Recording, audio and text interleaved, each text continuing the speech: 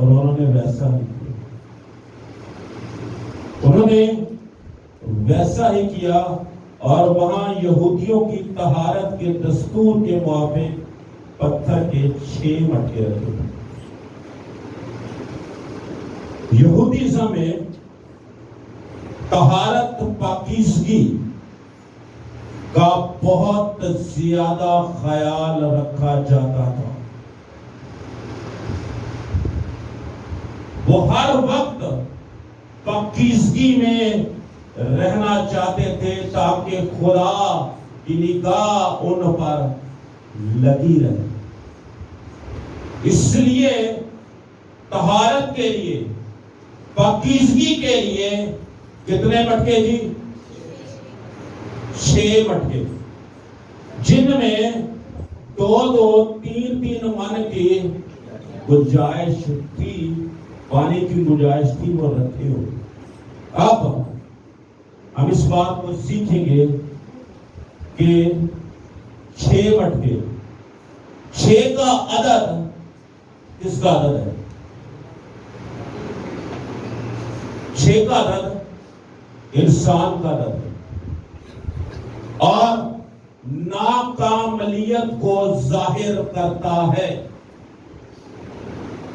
6 کا عدد ناکاملیت کو ظاہر کرتا ہے، مگر جب اس کے ساتھ ایک یعنی کہ خدا مل جاتا ہے تو پھر 7 کا عدد بن جاتا ہے. اور 7 کا عدد کاملیت کا عدد ہے، کیونکہ جہاں یسوع آ جاتا ہے وہاں پر کوئی کمی نہیں رہتی، کوئی تنگی نہیں رہتی، کوئی بیماری نہیں رہتی، کوئی پریشانی نہیں رہتی. بائبل کا جو ایک لفظ لکھا گیا ہے وہ حکمت سے معمول. اس حکمت کو ہمیں سیکھنے اور جاننے کی ضرورت ہے. میرے عزیزو، خداوند یسوع مسیح نے اس ناکاملیت کو فضل کی کاملیت سے بدل دیا. کس سے بدل دیا؟ فضل کی کاملیت سے، کیونکہ اس کا فضل ہمارے لیے کافی ہے. اس کا فضل، اس کے فضل کے بغیر ہم کچھ نہیں ہیں. یاد رکھیے، بائبل بیان کرتی ہے کہ ہمارے سارے پاکیزگی، ہمارا سارا کچھ، ہمارے خیال، ہماری سوچیں کیسی ہیں؟ گندی دھجیوں کے مانند. اس کے کلام میں لکھا ہے کوئی بھی نیک نہیں، ایک بھی نہیں. اگر کوئی اپنے اچھے کاموں پر فخر کرتا ہے تو وہ جھوٹا ہے.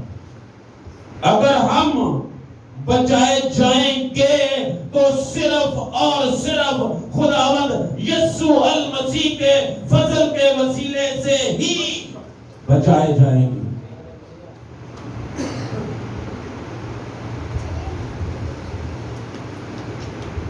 میرے عزیزو، اس کے فضل کی کاملیت سے ہماری ناکاملیت کو فضل کی کاملیت سے بدل، جس میں کمی نہیں ہے بلکہ وہ ضرورت سے زیادہ ہے. میرے عزیزو، یہاں پر مٹکوں کی گنجائش بتانے کا بھی یہی مطلب ہے کہ فضل وافر مقدار میں اور ہماری ہر ضرورت کو پورا کرنے کے لیے کافی ہے. عزیزو، قابل غور بات یہ ہے کہ یسوع مسیح نے ان برتنوں کو استعمال نہیں کیا جن میں پہنے گئے تھے. کیوں؟ کیونکہ خدا اپنے کلام پر کمپرومائز نہیں کرتا.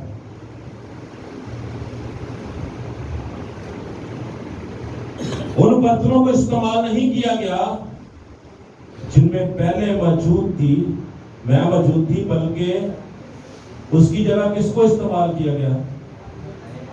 نئے مٹکوں کو میں کے لیے استعمال کیا گیا.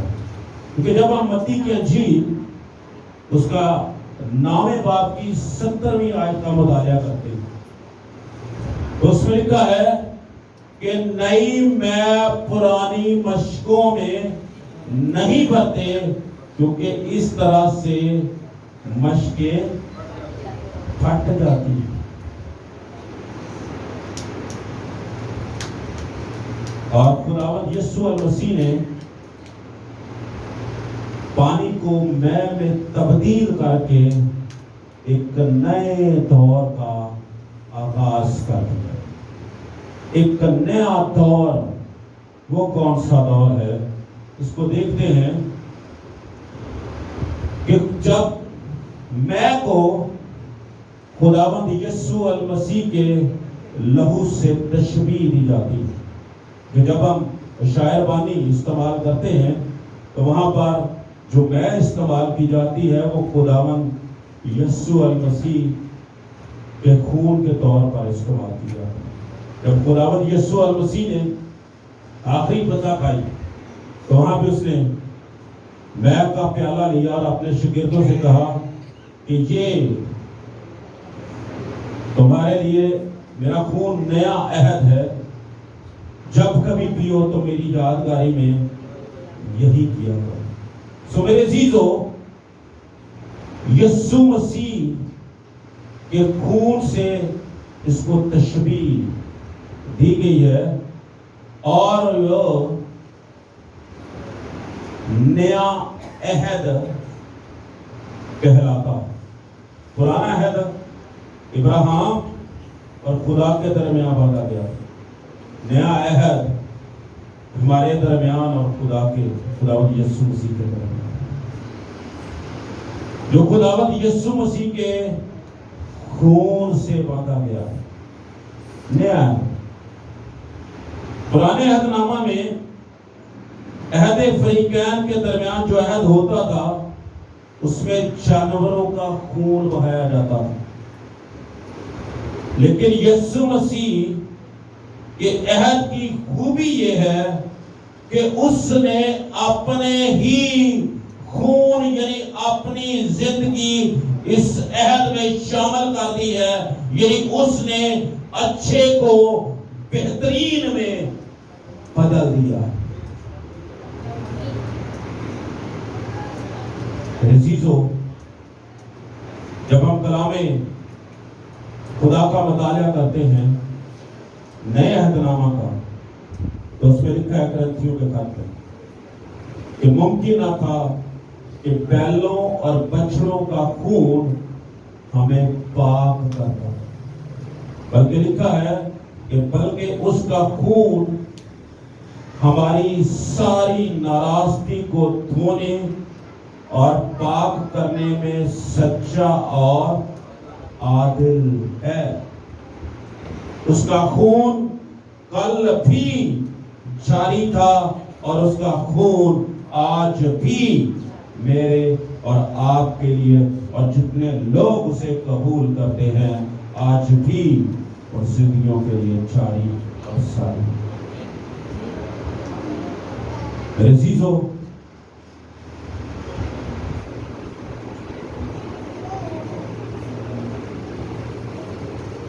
اس طرح ہماری مقدسہ ماں مریم نے خداوند کی طرف رجوع کیا. آج مجھے اور آپ کو بھی ہر کمی میں، ہر کمزوری میں، ہر مشکل میں، ہر مصیبت میں، ہر پریشانی میں، ہر دکھ میں، تکلیف میں اس کی طرف رجوع کرنے کی ضرورت ہے. کیونکہ جب ہم یعقوب کا خط کا مطالعہ کرتے ہیں تو اس میں لکھا ہے کہ تم میری طرف رجوع لاؤ تو میں تمہاری طرف رجوع لاؤں. اور جب وہ ہماری زندگی میں آ جائے گا، وہ ہماری طرف رجوع لائے گا، تو پھر ہماری زندگی میں کوئی کمی، کوئی پریشانی، کوئی دکھ، کوئی تکلیف، کوئی نا امیدی، کوئی ایسا کام نہیں رہے گا جس سے ہم دشوار زندگی کو گزاریں. بلکہ جب خداوند یسوع المسیح ہماری ہر زندگی میں، ہر ایک زندگی میں آ جاتا ہے، تو ہر کمی کو پورا کر دیتا ہے، ہر نا امیدی کو امید میں بدل دیتا ہے، ہر لعنت کو برکت میں بدل دیتا ہے، اور ہمیں بچانے، چھڑانے اور سرفراز کرنے کی قدرت رکھتا ہے. ہاللیلویا. سو میرے عزیزو، ہمیں خداوند یسوع المسیح کی طرف رجوع لانا تاکہ ہم اس میں قائم ہوں، اور وہ ہم میں قائم ہو، تبھی ہماری زندگیاں بہت سا پھل لائیں گی. خداوند اس کلام کے وسیلہ سے ہم سبوں کو بڑی برکت دے.